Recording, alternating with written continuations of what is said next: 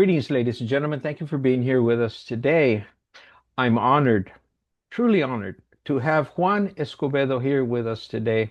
He is a producer, he is a community leader, he is a photographer, author, and whatever else needs to be done to get a production done.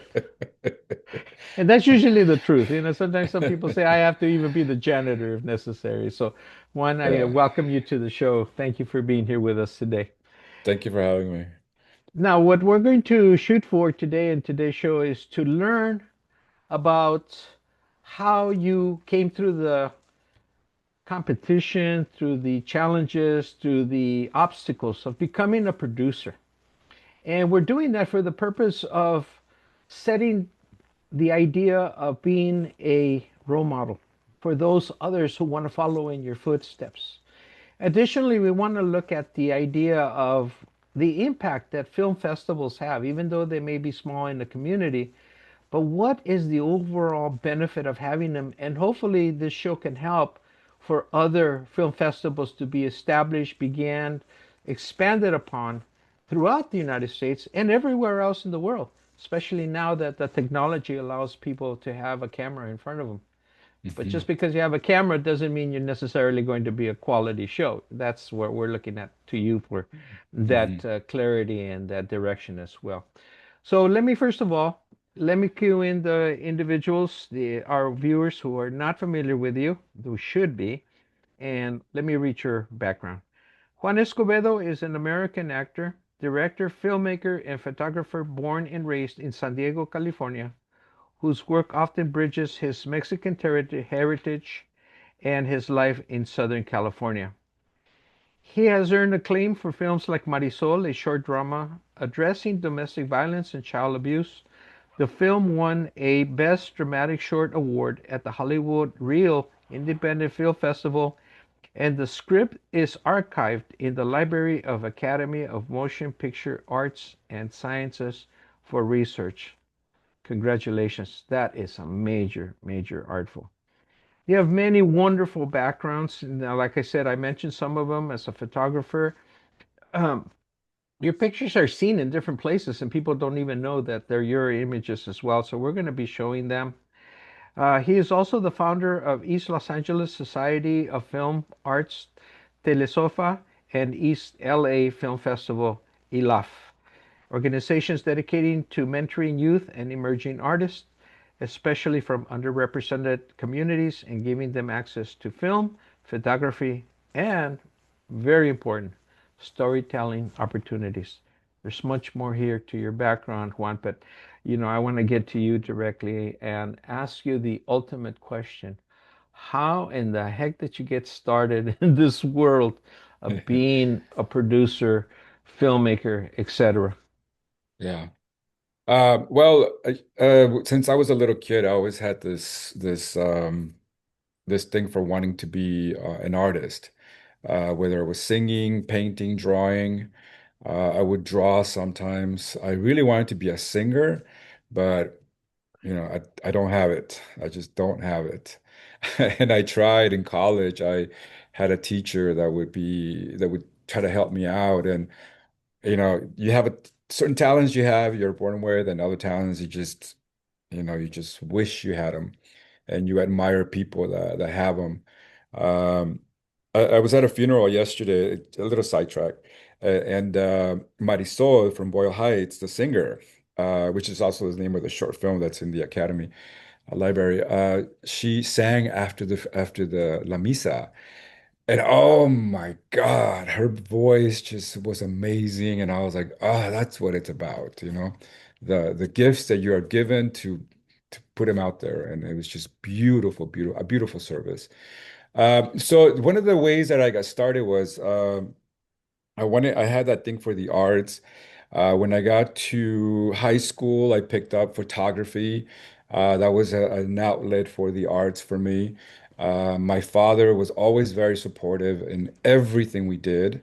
He always said, "Mijo, I don't care what you do as long as it's legal, but make sure you do a good job at it. You do a good job at it, you will eventually get paid for it." And that always stayed with me. And there's two things that he refused to do, and that was speak English because he wanted us to learn and keep the Spanish language going, and work a 9 to 5 or work for somebody else. He said, I don't believe in working for somebody else.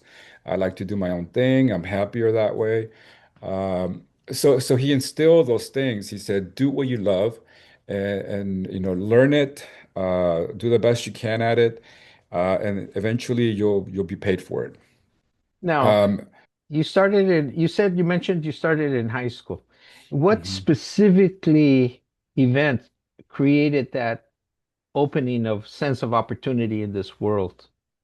So in high school, I don't know if you remember the ads for Guess in the 80s, photography ads, or there were campaign ads for a clothing store. And it was Guess, it's called Guess. And there was Guess jeans, Guess jackets, there were acid wash jeans. And they had these spreads on magazine. I was like, oh my God, that photography is just amazing. And we bought our clothes from Guess and with that camera that my dad bought me, I would try to go out and recreate those ads, those Guess ads. And they were I was learning photography and they were kind of bad. I still have some photos. I come across them every once in a while and I'm like, oh my God. But also, the technology, back then it was film and film is very unforgiving. And but it was a good way to learn. Yeah, so early on music and then the photography, and then when I got into college, I started reading more books on art, and then theater, and then film. And I knew I wanted to do something with the arts. I was fascinated by architecture too. The Art Nouveau style of architecture just fascinated me. And then when I came to LA and I was living in Silver Lake in the early 90s and the Neutra architecture. I was just fascinated by the buildings, of the simplicity of them, by the lake. I've always been fascinated by the arts, whatever it may be. I could be walking down the street, and if I see something in a crazy shape or whatever, I just zone in on it and I just examine it and look at it and yeah, I just get taken. I get lost in that world when I daydream a lot. Somebody says you daydream so much, and I say, yeah, but my daydreams are high definition and surround system, man, because I have some good daydreams. HD, whatever, max, So yeah, you're so you're you're a walking camera then. You're I'm recording just like, everything. It's just recording and recording and recording. Star Wars, full lasers, Uh, and that was the other thing, looking back, I remember Star Wars when it came out. I was just so fascinated by the artwork. It wasn't so much the space or this, it was the artwork. And I was like, well, how did that come to be? What was the genesis? Where was it born? Where? And I remember seeing that film and I was just kind of like, oh my God. It was just and the story, the art, everything was just the characters, the ships, the lasers. And then later on come to find out, that the samurais, they're based on real things, on the Japanese history of the samurai and the buns. There's a history to that, is the Native Americans from here. And I was just like, wow. So, everything's been done. It's just been reimagined in a different way. And yeah, I've always been taken by the arts in the world. Yeah. Did this come out of lightning out of the sky that hits you, or is this something that carries over from your familia to you? Oh, that's a great question. Yeah. Well, for a long time, I was, because as an artist, you always feel like, you feel very different. You feel like an oddball in your family. I remember as a kid, we lived in Mexico for a little while, and my grandfather had horses, had cows, had donkeys, pigs, and chickens, and we had our house, and in the back, and then we had like a little ranch by the sierras. And I remember thinking because I never liked riding a horse. I was terrified, but I was mesmerized by like the hats and the saddles and the belts and the ropes and the boots and the buckle, everything. And I remember thinking, I was like, how come I don't like, how come I'm not like them? How come I don't, I can admire it, I can like it, but I can't, I'm scared to hop on a horse. Give me on a donkey. I'm good on a donkey, but on a horse, I would be so terrified. And I always felt a little different, a little, I guess like most artists, right? And like the theater kids, they say, oh, the theater kids. And I always wonder why I had this thing for the arts. And it wasn't until maybe 5 years ago that the LA Times published an article. They published it with my grandfather's photo, El Sombrero de Miguel Lopez. It's a sombrero that was brought to me by some friends in our house in Huejuquilla, El Alto Jalisco, via Zacatecas. And I used that sombrero. I did some self-portraits, and then I sent them to the Department of Cultural Affairs, and they loved it. They were like a little story. They published it, and then the LA Times picked it up. They did the article in Spanish, English, and on print in 2023, 2 years ago, 2023. And I was in San Diego, and I showed my mom. I said, "Look, mom, that sombrero," because she was with me when we went to pick up the sombrero in Zacatecas. And then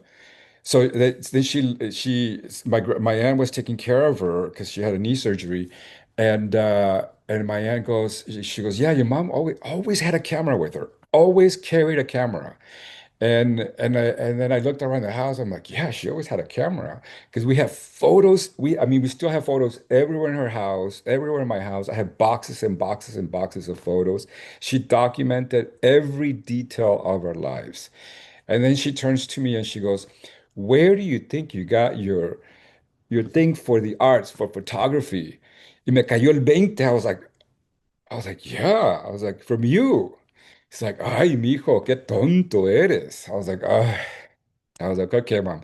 You get all the credit because it's true. And I never saw it. It was always right in front of me. And then going through her photos, she was always into poetry. She had photos when she lived in Autolan in Jalisco, where she was reciting poems. And she would write her own little poems. She still remembers them. She recited a few, which I ask her to recite them every time I see her. So I got it from her. It came from her. It didn't come from my dad. My dad was more of a savvy person for business.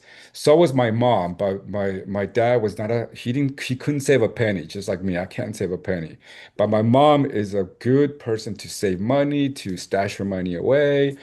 She was one of those moms that would do this, like el 20 acá y otro allá y abajo del colchón. And she was good with saving money, but she always had a camera with her. And there's a couple of things that I remember. We always had a birthday cake, always birthday cakes. Every birthday we had a cake, big cakes, little cakes, fresh made cakes, cakes from Thrifties, from FedMart. I don't know if you remember those stores, from wherever, but we always had a cake, and she always took photos, always.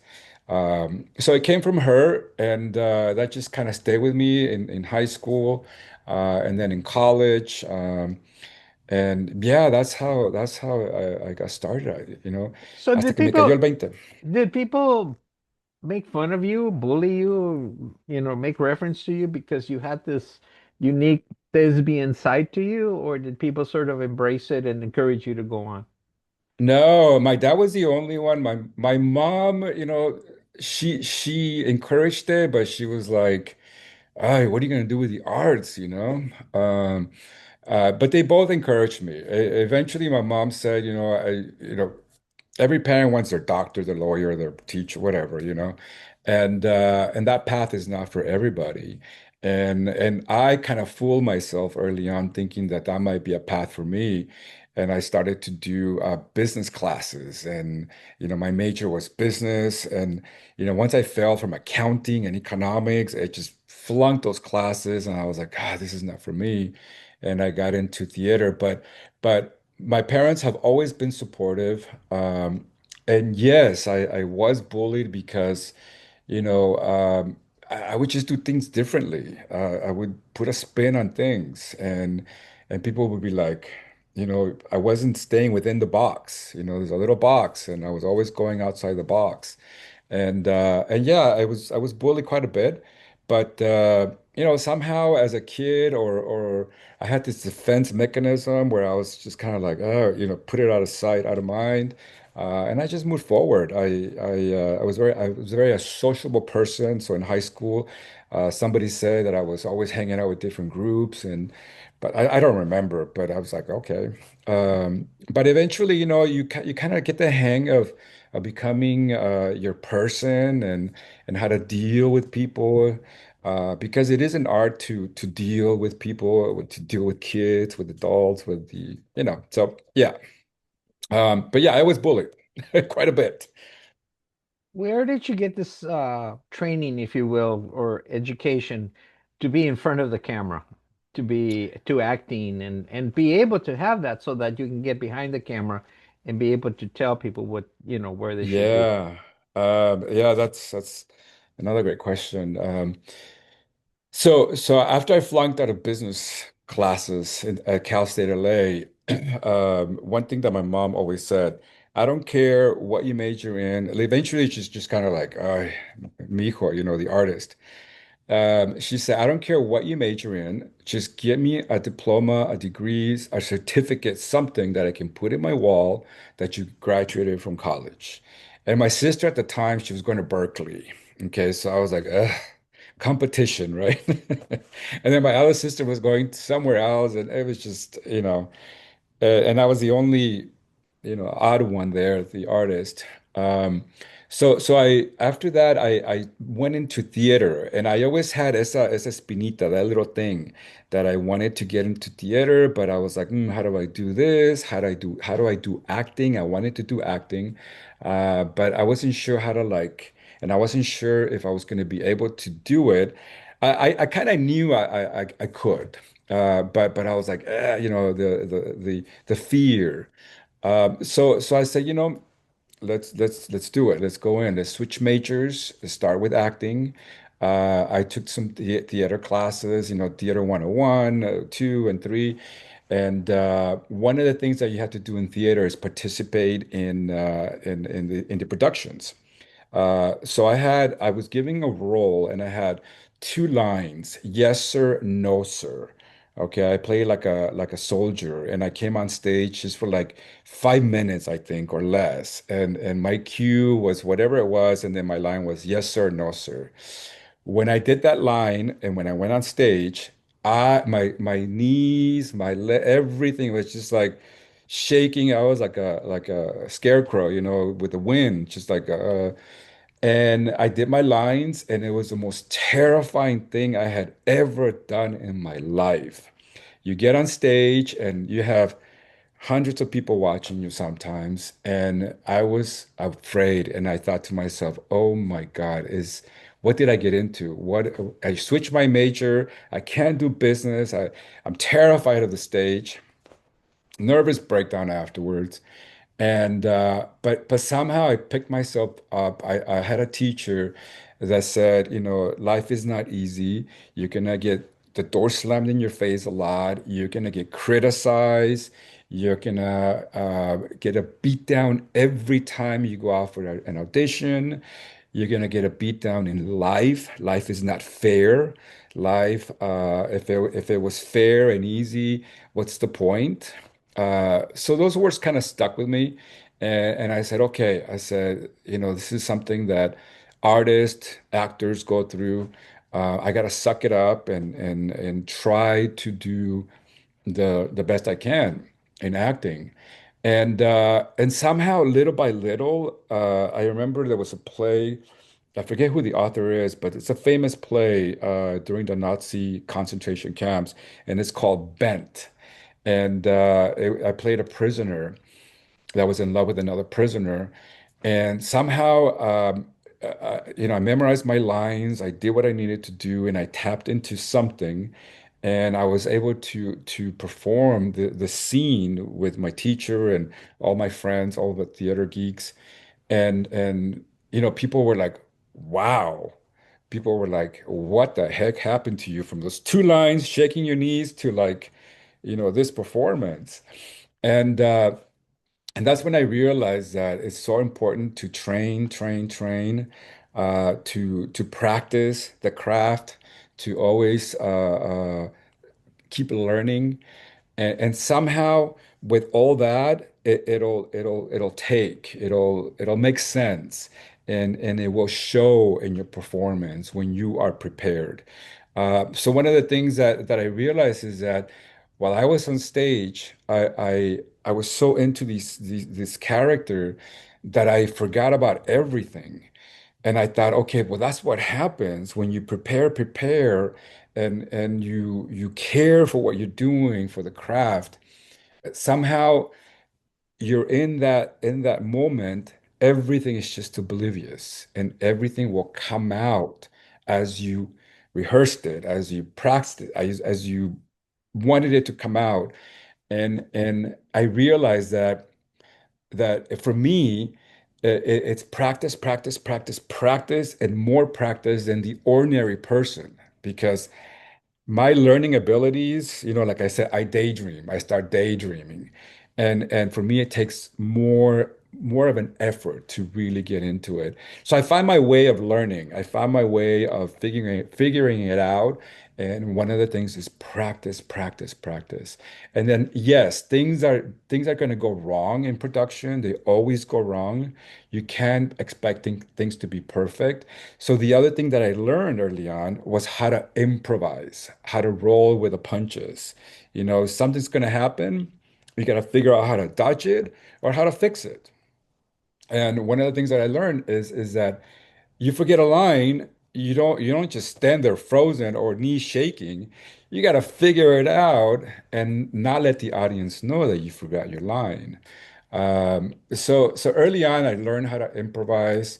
I learned how to dodge things, how to fix things on the move, and then and that has helped me with life. That has helped me with everything I do in my life. And I always tell kids or young people or even adults, I said, I asked them, have you ever taken a theater class? And they'll say, no, take a theater class. One theater basic 101, 102, whatever, but take a theater class because that's going to help you with your life.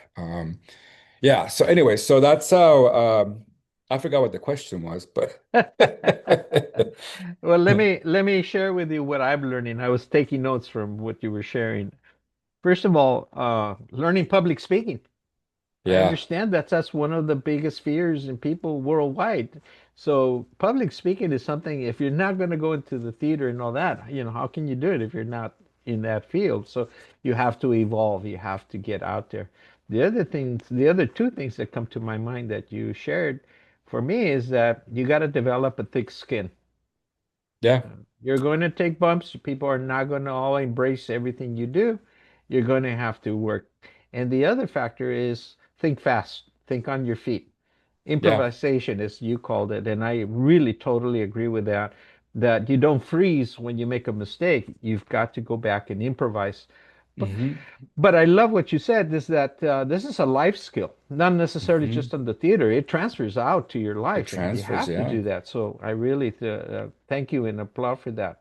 Yeah. Let's sort of moving a little bit into your world. Now, you could have just stayed in your career as an author, producer, writer, etc., but you took it to another level where you started film festivals.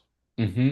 Now, how did that transition over, and what's been the impact of your life of doing that kind of work? Because it's very, very challenging. Yeah. Well, I'll backtrack a little bit.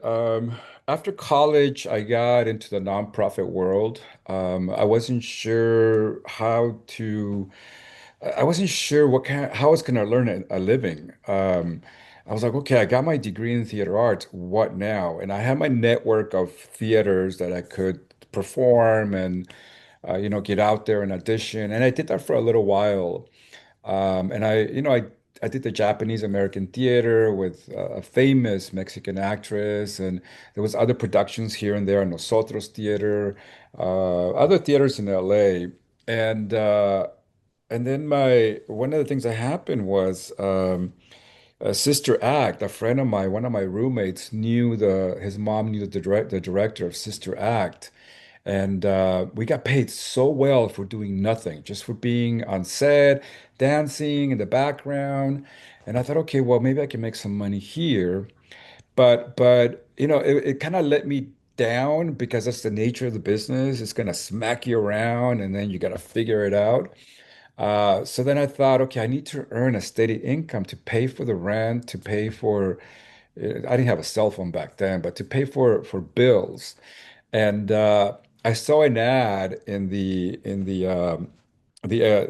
newspaper. We didn't have internet. I mean, there was internet, but I didn't have access to it in the 90s, early 90s. And I got into the nonprofit world doing HIV, STD, teen pregnancy prevention presentations, and then later on theater skits for prevention for youth. And I didn't know anything about that world. I didn't know anything about the science, the medical, nothing. And I went in and I needed a job, and I told the director there of the program, I said, just give me the script, give me whatever you need to give me that I need to learn. I will learn it, come back and present to you. And this is going back to the theater skills. You're giving a script, you learn it, you perform it. So it was a performance that I gave them. And then they say yes. They said, here are the pamphlets. I picked up other pamphlets from somewhere else. And then they said, they said, but we need it in Spanish too. I was like, oh my God, okay. So I learned it in English, Spanish, and I did the presentations first with Spanish. Once they saw the Spanish, that's all they needed. They're like, okay, well, that's the main thing that we need. Obviously, you speak English, you can do it in English. So they were so happy because it was really hard to find somebody that was bilingual. And they gave me the job. It was out in past Pomona, east of LA. And I would go out to the schools, continuation high schools, to some of these kids that were basically thrown away. They were the bad kids. They were the kids that even couldn't perform in regular high schools.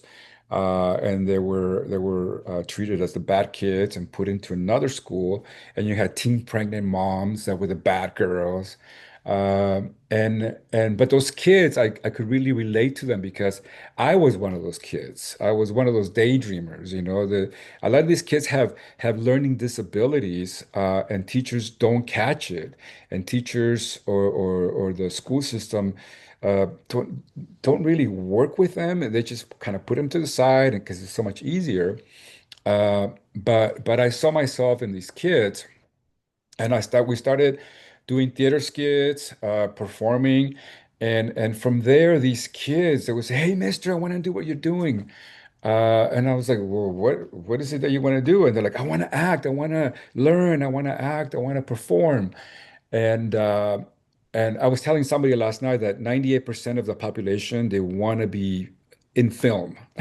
And this therapist was like, a therapist friend of mine, he's like, "Huh." I said, yeah. I said, you talk to anybody, and eventually it'll come out. I always wanted to get into that. Anyway, side conversation. But so these kids really wanted to learn, and I started writing the scripts, and I said, okay, instead of me bringing actors to perform them, you guys are going to read it and you guys are going to perform it. And we're going to see one, what we learned from the script, not necessarily the acting skills, none of that stuff, just what the story was and what was it about. And the kids started to learn the messaging of prevention for HIV, prevention for STDs, for teen pregnancy, for drugs. And it was really rewarding because you could see their minds just kind of like digesting all these things. And little by little, like some of the kids were like, "Hey, mister, I wore a condom this weekend," you know? I was like, well, "Good job, man." I was like, "Well, let's write about that. Let's write something on that." And we would just add to it, and they got to learn how to be on stage. They got to learn how to perform with people. They got the information that I was hired to give to them.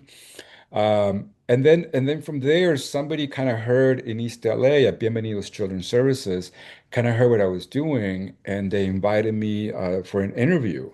They said, "Hey Juan, there's somebody that wants to meet with you at Bienvenidos Children's Center." They had met at a LA County function, and they said, "Well, there's this guy over in Pomona that does this." And they wanted to meet with me, and they wanted me to work with them and set up this program. And I said okay, and I asked for money, I asked for what I wanted, and went high. They brought me down to reality, and finally accepted it. I said yeah. I said let's do it because I was driving from Long Beach to Pomona at that time when I had moved, and I said well East LA is closer, and it was just a win-win, and I had a lot of freedom to do what I wanted to do. So I developed these programs where they had SAMHSA, substance abuse mental health funding from the federal government, and there were 5-year grants, 5-year contracts. And what it was is I had to develop the program for youth for 12 to 24. And the program had to have the messaging of HIV prevention, hepatitis C, and it was funny. Later on, it was the Bush administration, and it was ABC. It was abstinence, birth control, and condoms. And if you work in this field, you're like, abstinence, really? 15-year-old kids, talk about, every administration has their thing.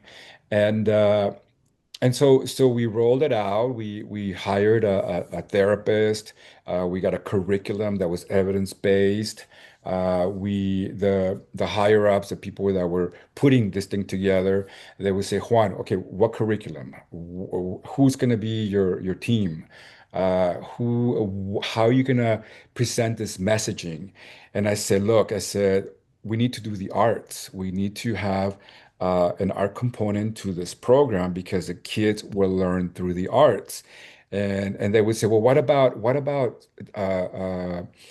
sports? And like, we can do sports as an extra activity. I said, but the arts, we need to have the arts in here. And I said that could be photography, that could be writing, that could be poetry, that could be whatever, but it has to be the arts. And me being the theater person, I said, we're going to do theater classes. I said, we're going to offer that. And we're going to have for painting and poetry. And we'll see which one sticks. Again, improvising, figuring it out. And acting and later on the filming when cameras became more available were a hit. People wanted to create their little films. They wanted to write them. And this is going back to the 98% of the population that I think people want to be in the film industry, whether they say it or not. They have a little back dream in the back of their head. And uh, and that worked really well. And then later on, I had this little film that went to the Cannes Film Festival in 2008. And then I came back and I talked to Supervisor Gloria Molina and her team at that time, and I said, "Hey, can we do an East LA Film Festival?" And they were like, "What?" It was just so far out of their scope of whatever. And I said, yeah. I said, give me a location.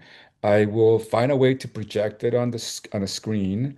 And I said, well, we'll figure it out. All we need is a blanket and a wall somewhere, and we'll and have some food, have some drinks. It doesn't have to be long. It could be half an hour, whatever. And they said, okay. So they gave me the Belvedere Park in East LA, and it's an outdoor park. It's an outdoor theater. And I thought, oh, okay, hurdles, more things. It wasn't a theater. I didn't have a projection. I didn't have seats. It was just the grass. And I thought, okay, well, we'll figure it out. And I got a hold of people that could screen outside. They could figure this thing out. And it was real rascuache, but it got done. And when people started hearing that we're gonna have a film festival for the Day of the Dead, people started saying, "Well, Juan, can we join in? Can we bring food? Can we sell the food? Can we feed you guys and then sell and have some way of like participating?" And I said, "Yeah." I said, "This is my first event, my first film festival." I was like, "Yeah." Everything was yes, yes, yes. And uh, and then somebody else, a fashion designer, Miguel Torres, I will never forget him, Miguel Torres. I still talk to him once in a while. He designed his clothes and he repurposed a lot of material. And he said, "Juan, can I bring my clothes?" And I said, "Well, I don't think people are going to buy clothes." I said, "But yeah, bring them." And then I said, then he said, "Can I do a fashion show?" And I'm thinking, how is he going to do a fashion show at a park, right? And then he said, "Juan, you have the walkway." And I was like, "Yeah." I was like, "But that's so far away from the theater." I was like, "How is that going to connect to here, from there to here?" And then he says, "We'll figure it out." And I was like, "Okay, we'll figure it out." So then he set up his tent away from the theater, and the other side was like the food, and then artists started setting up their tents side by side, and so a night event, outdoor event, turned into like a whole day event where you started at 12. You started out with a fashion show with Frida Kahlo, Diego Rivera, inspired for Day of the Dead. And what Miguel did is he put the models at the very opposite end of the park, and then they started doing the runway towards the theater. And I was like, "Oh my God." It was just a beautiful thing to see because it was not only a beautiful thing to see the fashion show, but it was beautiful to see this collaboration of different people coming together to produce this thing for the community, not just for the kids. And then somebody else before that, somebody else said, "Mole, can we bring mole?" And I was like, "Mole is very messy." I was like, "How are we gonna do mole?" But I was like, "Okay, bring some mole." So then there was like a little competition of mole, competition of who had the best mole. And they would give the kids the food, little chips and mole, and then you could buy the mole. Um, and it just turned out to be a beautiful, beautiful event. Somebody made the awards. They donated Katrina and Katrina awards for the films, for the best films. We combined the youth films with professional working Latinos but I just didn't want it to be a Latino because I wanted the kids to be exposed to other films around the world. And I say, yeah, the main core would be, our community and how we can screen films from our community. I said, but then we'll sprinkle other cultures, other films, and then that way people can see that there's more out there besides East LA. And maybe the kids can dream to like travel to the Cannes Film Festival or Morelia Film Festival or whatever. And it was oh, and the other person that came on board was Alicia Juarez. Alicia Juarez was the last wife of Jose Alfredo Jimenez, the Mexican singer. He was like the Michael Jackson in the 70s, 80s. And she, at the time, she lived in Oxnard. And somehow through another nonprofit, like it got connected back to me, and I said, "Can you have her perform?" And I don't know. I was like, yes. But in my back of my head, I was like, I had no idea because you needed mics. She wanted a mariachi. She wanted like all these things. And I was like, Alicia, I was like, I don't know how to. It was like, guide me or tell me. And she said, "Juan, I don't care what Maria." I think she thought I knew. She thought I knew. She thought I knew what I was doing. And she said, "Juan, the only thing I don't want is a tutti frutti mariachi." And I was like, "What the heck is a tutti frutti mariachi?" And she goes, "I don't want all mariachis dressed differently. I want same color." And I was like, "Oh, okay." I was like, "I think we can work that in." And but the thing that I didn't know is that the mariachis, they subcontract. So they might have just one outfit, which is white. And then if you go perform with an all black suit mariachi, that becomes a tutti frutti, right? So then I said, okay, I said, we'll figure it out. And at Mariachi Plaza, I was doing some work with them. And I said, Armando, his name was Armando too, one of the mariachis there. I said, help me out. Alicia wants to perform, blah, blah, blah, but she can't have tutti frutti and da, da, da. And she's like, ay, Juan. She's like, okay, we'll figure it out. And he brought all the mariachis. The community, when they found out she was going to be there before the films, it was like 500 people at the park. And I was like, ay, Dios mío. I was like, okay. I was like, let's roll with it. And it was because of her that brought in the audience, and then for the films. And then because of her, people got to see the films and they got to see stories made by their kids or their family members. And then they got to see other stories outside of East LA. And this is before the internet. This is before people were on their phones. The phones were like flip-flops and you didn't have what you have now. Um, yeah, and it just turned out to be like the most amazing film festival. We've been doing it every year since. And when going back to your question, how do people do this? How do they start with this? Sometimes you start small and then you put it out there to the universe and people will start coming around. They'll start saying, how can I help you? Can I put my food, my clothes, my this, my that? And you just gotta figure out how to work with everybody that wants to be a part of it. You do have to have rules because I learned early on you got to have certain rules. People want their logo this big or this, and it's like we don't have a room for your logo. It's like you got to go down at the bottom. It's just the politics of it that you have to also learn.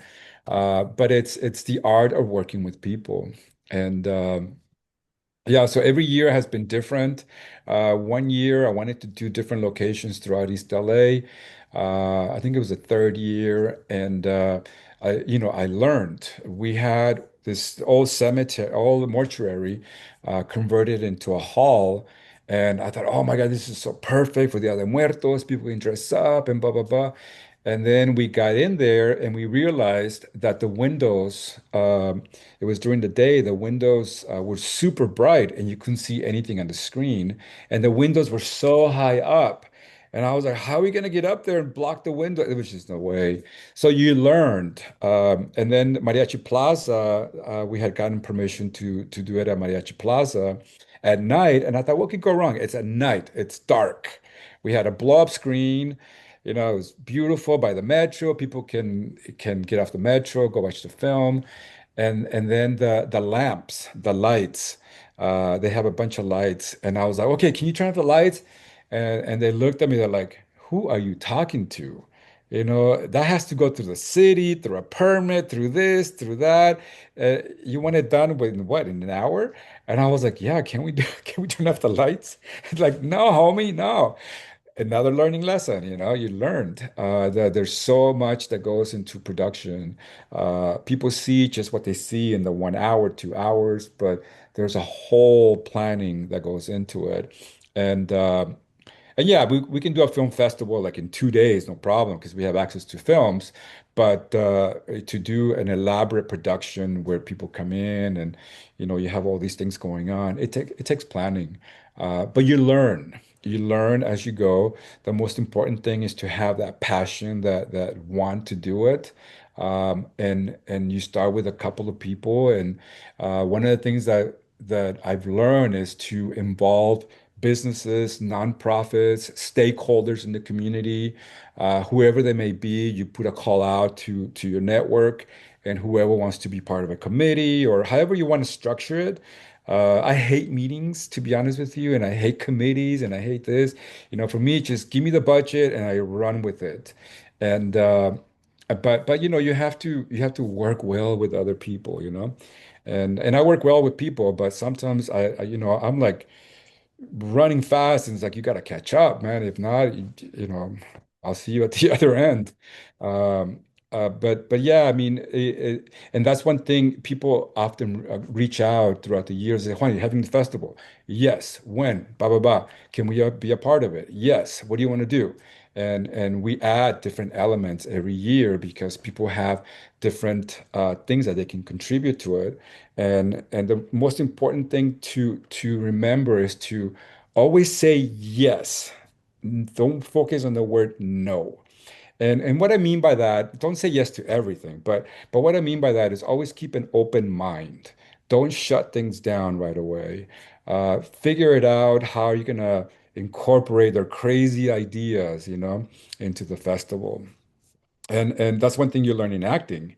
It's when you do improvising performances, you don't have a script, but it has to be always yes, yes, yes, in your mind and your actions. Because once you say no, the performance shuts down. So that's the one thing that I never tell people no. I always say, in my head, it's a yes, but my words say something else. Let's figure out how we're going to do this. Because sometimes people will hold you to your yes, but you said yes. And it's like, oh, Dios mío. So, yeah, the passion, funding is important. We've done it without any funding before. But we've done it with the kindness of strangers that they give money to us, or they'll offer a space, or they have an event that they have to do, but they don't know how to do it. So they'll reach out. They say, Juan, can you do an event? You have this much money. I'm like, yeah, what is your mission? What are you trying to put out there? What's the messaging you want to put out there for your funders? What do they want? So they say, you have to hit the 3 points. Got it. We'll hit those 3 points. We'll do an event for you. We'll tap into our social media, our networks, and we'll do it for you. This year, October 3rd, we had our 17th or 18th, 2008. I don't know how many years is that. We had our 17th or 18th, 17th, at La Plaza de Culturas y Artes. And my friend there, she reached out and she's like, we want to work with you. And I was like, let's work together. You have a great space. But I was afraid that she was going to say it'll cost you so much. And she goes, no, she goes, we have the budget. We'll put up as much money as we can. We have the budget. Of course, if you can, great. And they gave us a space, and we had a great community event with films at the end. I made the awards. I gave them little homie awards, so I made all of them.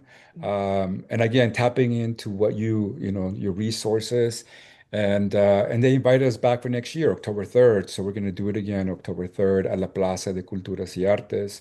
And again, it's because they have a mission, we have a mission, and we're friends. We like each other. And we're going to have another community event, another film festival. There's so much to learn. Someone behind the camera, you think, oh, the producer. You think of just the person who's going to sit there and says, okay, let's start acting. But there's this whole gamma of interaction with the community, with leaders, with ideas, with people, with writers, and all that. You have to be able to stay focused and to be able to get from point A to point B.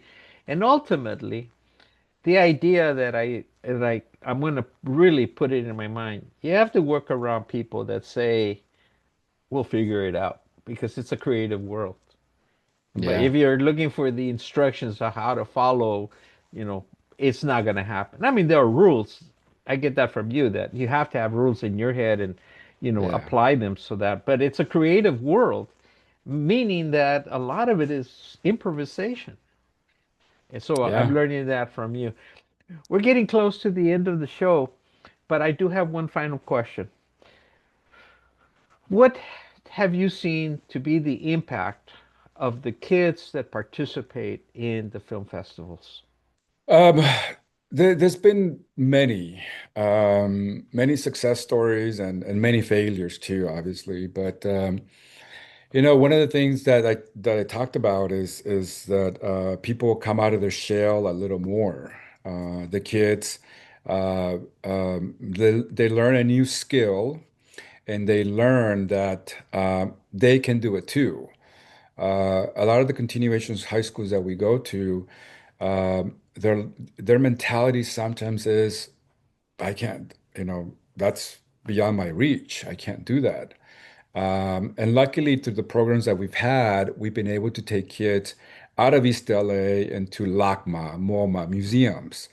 And sometimes people think, well, a museum, how does that relate to filmmaking or whatever? It's art. And if you think about the history of photography and film, it came from paintings. That's where it all started. That's where you learn the rules of photography, the rules of framing from paintings. Um, and so we take the kids out. They see these paintings. They get inspired. Because a lot of the kids, well, some of the schools a little while back, they some of the kids have never been outside of East LA, and uh, and you take them out and you feed them to whatever food they want. I mean, it's just the most beautiful thing to see when they're like, "Oh my God, mister, I've never had this before. What is it called?" Blah, blah, blah, blah, blah. And so they learn that they can do it too. That it's not just them. I can do it too. And one of the things to the festival that we do is we bring in mentors that speak to the classes. The kids are able to ask questions, and they'll ask the craziest questions, and then they'll give the craziest input. But they're learning, they're realizing that, yeah, they can too. I can do it too. Especially when you have somebody that came from a similar situation that they're in, whether they're doing drugs or they're bad students or the teen pregnancy, whatever, gangs. We make sure that they walk away knowing that they can do it as well. And then sometimes when we see somebody that's really committed to it, um, we'll assemble a team for them. We'll say, okay, homie, you got your team. A ver qué haces. And of course we guide them. Uh, but that's the one thing that they learn, that they take away, is that okay, there's a whole different world out there. And one of the things that I don't really say this to them, but I because it's a tough thing to say, but sometimes you got to leave your world. You got to leave your hood. You got to leave your comfort zone. Uh, that I will say. I would say if you're comfortable, you're not doing it right. You got to get rattled a little bit. You got to get scared. You got to get nervous. You got to fail. You need to fail, and if you're not failing, you're not learning. Um, so sometimes I'm really careful how I say that to them, but but but the message is there. You really have to fail to learn, and you gotta leave your neighborhood. You gotta leave sometimes you gotta leave your familia, man, because I know for me that if I would have stayed in San Diego with my family, my grandmother would have like cooked me into 300 pounds. She would feed me every day and be like, and my mom, like Latina families are very, somos muy hogareños, or is that how you say it? Can be We're very controlling. Can be, yeah, Yeah. can be very limiting sometimes. This is not, familia can have its negative sides too. Yeah, and then you got your friends, you got, all these opinions. You just got to go out, move away if you can. And then sometimes I tell people, I was like, don't move out, stay home. You save money. You have to worry about the bills, but that's part of it. That's figuring it out how to pay your bills. Getting out there and yeah, so kids take away quite a bit. Sometimes you don't realize what they take away until you see them years later. I'll see some kids on Instagram, they'll add me, I'm like, what the hell are you doing? And they're doing production somewhere, they're doing gaffing for a film. And I'm like, okay, that's cool. Okay. Yeah.